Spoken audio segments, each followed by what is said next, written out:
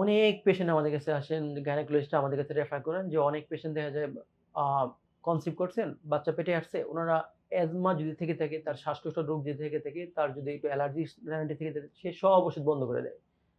তো এটা কিন্তু একটা খুবই একটা বড় ধরনের ভুল। আপনি একটা জিনিস খেয়াল করবেন। আপনার যে মায়ের যদি শ্বাসকষ্ট হয়, মায়ের যদি কাশি হয়, মায়ের যদি হাঁচি হয়, মার যদি কোনো কষ্ট হয়, এটা কিন্তু বাচ্চা পাবে। কারণ মাকে দিয়েই তো বাচ্চা। আপনি যদি ঠিকভাবে খেতে না পারেন, আপনি যদি অক্সিজেন না পান, তাহলে বাচ্চা কিন্তু অক্সিজেন পাবে না। তাহলে কি হবে? বাচ্চার যেভাবে গ্রোথ হওয়ার কথা, বাচ্চার যেভাবে বৃদ্ধি হওয়ার কথা, বাচ্চা এভাবে বৃদ্ধি হবে না।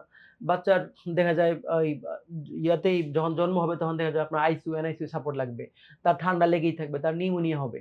তো এই জিনিসগুলো খুব খেয়াল রাখতে হবে। যদি কোনো মায়ের অ্যাজমা থাকে বা শ্বাসকষ্ট থাকে, তার মানে বাচ্চা নেওয়ার আগেই তার এই অ্যাজমাটা প্রপারলি কন্ট্রোল করতে হবে। এবং একটা জিনিস সবাই খেয়াল রাখবেন, গর্ভাবস্থায় অ্যাজমার কোনো ওষুধের কোনো সমস্যা হয় না।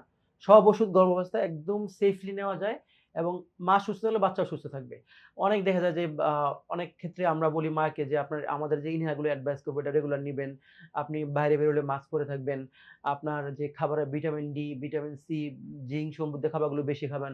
অনেকে ইদানিং ধূমপানের প্রবণতা বেড়ে গেছে মায়েরা যদি ধূমপান করেন বাচ্চার আসলে অ্যাজমাটার পসিবিলিটি অনেক বেড়ে যায়। আপনার একটা আমরা একটা খারাপ নিউজ বলি যেটা যে মারা মিষ্টি কম খেতে হবে। মিষ্টি বেশি খেলে বাচ্চাদের অ্যাজমাটার চান্স বেড়ে যায়। আবার যদি আপনার ফ্যামিলিতে আপনার হাসব্যান্ড যদি বা পাশে যদি কেউ ধূমপান করে, এই ধূমপানটা করে যাবেন না। তাহলে বাচ্চার সমস্যা হবে। আ আমরা বলি যে আপনার একটু অ যে যেই ইয়াতে হয় শীতকালে একটু অ্যাজমার যে মেডিকেশন গুলো রেগুলার ইউজ করতে হবে। অনেক সময় বলি যে ভিটামিন ডি রিচ যে খাবারগুলো বেশি খেতে হবে। আমরা বলি যে বাচ্চার বুকের দুধ একদম রেগুলার খাইতে হবে। অ্যাজমাতে কোনো সমস্যা নাই। এবং আমরা বলি যে যদি নরমাল ডেলিভারি হয় তাহলে বাচ্চার জন্য ভালো। বাচ্চার ইমিউনিটিটা ভালো হয়। বাচ্চার অ্যাজমার চান্সটা অনেক কম থাকে। যাদের সিজার হয় তাদের এসব বাচ্চাদের দেখা যায় চান্সটা অনেক গুণ বেড়ে যায়।